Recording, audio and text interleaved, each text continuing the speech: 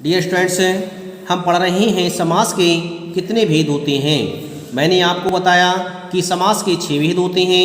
Number 1 तत्पुरुष समास, number 2 कर्मधारय समास, नंबर 3 द्विगु समास, नंबर 4 अव्ययीभाव समास, नंबर 5 बहुव्रीहि समास और नंबर 6 द्वंद्व समास।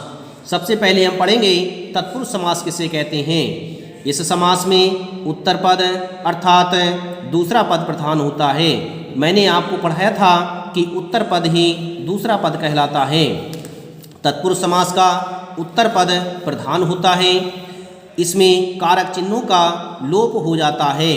कर्ता तथा संबोधन इन कारकों के अतिरिक्त अन्य सभी 6 कारकों के आधार पर तत्पुरुष समास के 6 भेद होते हैं। सबसे पहला भेद है कर्म तत्पुरुष समास। कर्म तत्पुरुष समास में को चिन्ह का लोप पाया जाता है।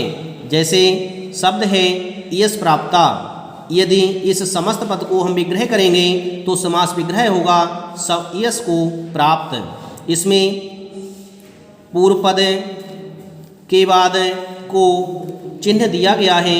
को चिन्ह कर्म कारक का होता है, इसलिए यह शब्द कर्म तत्पुरुष समास कहलाएगा। इस तरह से इसमें और भी शब्द दिए गए हैं, आप इन्हें देख करके अच्छी तरह से समझ सकते हैं।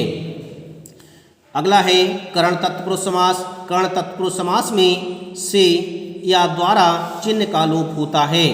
जैसे शोकाकुल, शोकाकुल समस्त पद में शोक से आकुल विग्रह होगा।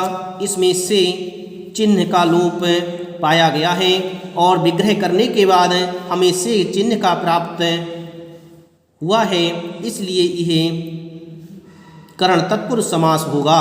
इसमें कर्ण तत्पुरुष समास के और भी उदाहरण दिए गए हैं, जिन्हें आप अच्छी तरह से देख करके समझेंगे।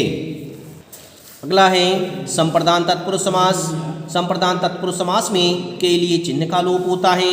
अगला है अपादान तत्पुरुष समास।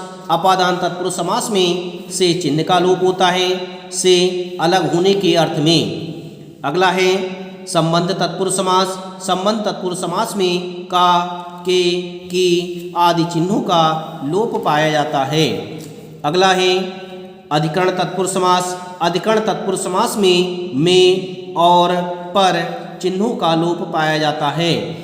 इस तरह से इन सभी तत्पुरुष समास के भेदों के उदाहरण दिए गए हैं, जिन्हें आप देख करके अच्छी तरह से समझेंगे। मैंने आपको इस तरह से तत्पुरुष विषय के तत्पुरुष समास के विषय में अच्छी तरह से समझा दिया। अब मैं पढ़ाऊंगा कि कर्मधारय समास किसे